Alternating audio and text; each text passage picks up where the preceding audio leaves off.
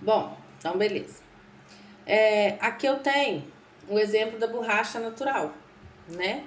Ou poliisopreno, tá? Esses nomes não precisam guardar desse jeito, poliisopreno. Não, ele vai te falar, por exemplo, que é a borracha natural, tá? Esse já caiu uma vez, não sei se é Enem ou se é algum vestibular, mas caiu, que era para falar qual é o monômero, caiu o polímero assim desse jeito, e nas alternativas tinha perguntando qual era o monômero, ou seja, qual é esse cara que deu origem a esse aqui, tá? Então, o que acontece? A borracha natural é a polimerização desse monômero aqui, ó, 2-metilbuta 1,3-dieno, ou isopreno, tá? E é um elastômero. Então, tudo que possui uma elasticidade a gente chama de elastômero. Beleza? Essas palavras são palavras que aparecem lá no nosso enunciado, que a gente sempre fala, né? Quanto mais a gente entender o enunciado, mais fácil vai ficar.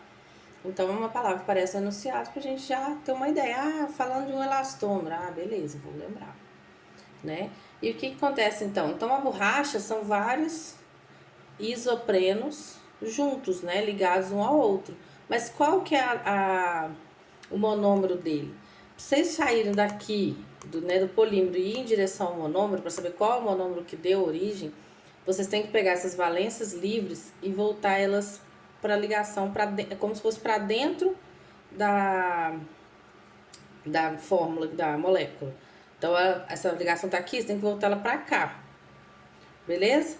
Só que aí você vai começar a ver que vai ter muita dupla. Porque sempre quando uma vier. É igual aqui, ó. Para formar uma dupla, eu tenho que ter uma vindo de um lado, outra vindo do outro. Aí forma uma ligação só. É como se isso aqui fosse meia ligação. Beleza? Se elas forem se ligar de novo, aí eu tenho uma ligação só. Então, para eu sair daqui e vir para cá, eu tenho que lembrar que isso aqui forma meia ligação. Eu ponho para cá. E do outro lado aqui, eu tenho que pegar meia ligação dessa e vir pra cá. Igual tá aqui, ó. Aqui eu não quebrei ela e pus uma pra lá, outra pra cá, ó. Agora eu volto, tá? Pra eu saber, ó. Porque tem muito disso. As pessoas falam assim, ah, mas engraçado, o polímero tem uma dupla aqui e no monômero não tem. Por quê? Porque quando eu quebrei a dupla, foi meia ligação para um lado e meia para o outro. Formou uma dupla que no monômero não tem. Beleza? Então tem que saber. A mesma coisa aqui, ó. Então a valência livre aqui, você volta ela para dentro da molécula para saber qual monômero que é. Do outro lado vai ter uma dupla, você volta meia para cá. Vai formar uma dupla aqui e outra aqui. Que é o isopreno. Tá? Teve exercício disso já. De te dar o polímero e você vai saber qual que é o monômero. Beleza? Aí aqui a gente tem alguns exemplos de monômeros, polímeros e onde são aplicados, né? Então, por exemplo, lá que a gente já viu o polietileno, né? Que são vários etilenos ligados um no outro, a gente encontra muito em brinquedo, tá? Principalmente em brinquedo, porque ele é um plástico que a gente consegue moldar, né? A gente consegue fazer várias coisas com ele, tá? E muito sacola também. Hoje tem sacolas biodegradáveis que são feitas de polímero, tem uns que são polímeros de batata, né? De polissacarídeo, né? Que é tirado da batata. Não polímero de batata, na verdade, né, gente? Ficou meio estranho isso. De polissacarídeo retirado da batata, então ela se degrada muito mais fácil. Mas as tradicionais sacolas que a gente vê aí é de polietileno, tá? A gente tem o Teflon, beleza? O Teflon é um polímero formado tetrafluoretileno. Fluoretileno, é esquisito. O Teflon, que a gente tem muito em panela, tá?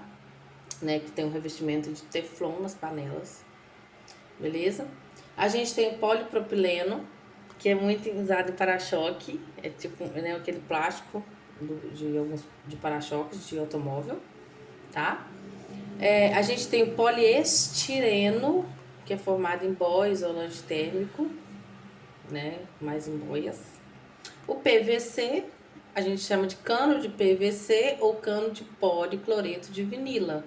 Por quê? Porque o monômero dele é o cloreto de vinila. Ó, cloro, cloreto e vinila é essa parte aqui, tá? Pra quem lembra aí do vinil ou vinila, né? É um C dupla C aí, ó. Cloreto de vinila, vários ligados formam PVC, policloreto de vinila, né? Que são principalmente os tubos que a gente tem de PVC, as garrafas plásticas, né? Que a gente tem aí. A gente tem o Orlon, que a gente vê menos, que é o poliacrilonato de nitrila, que é muito usado principalmente em carpete. Coisas mais duras, né? Algumas mantas um pouco mais duras, assim. Um plástico um pouquinho mais duro. A gente vê que parece que você compra alguma cobertor, você fala, gente, mas isso é plástico, gente. Isso aqui não é tecido, né? Pode ser de Orlon, beleza? A gente tem, além do PVC, a gente tem o PVA, que é o poliacetato de vinila. Então, aqui é o policloreto de vinila, embaixo é o poliacetato de vinila, que, ó, é colocado nas tintas para dar uma... Você vê que a tinta, gente, quando seca aquele... Se eu deixar uma tinta aberta, né, no tempo, pode ser até tinta de tecido. Você vai vendo que ela vai ficando mais grossa, né? E por quê? Porque o solvente vai evaporando. E aquilo ali, ó, o PVA, é que vai dar aquela elasticidade. Você vai ver que forma como se fosse uma... Como é que fala? Como se fosse uma gosma, né? Uma coisa mais assim, mais estranha, né? Com uma certa elasticidade, tá? É o PVA. E a mesma coisa que tem na tinta, gente, tem na goma de mascar. Eu não sou muito chegada em goma de mascar. Mas só pra vocês terem uma ideia aí que vocês estão comendo, hein, gente? O que vocês estão colocando aí na boca. Então, tinta e goma de mascar é feito de PVA. Olha que coisa maravilhosa.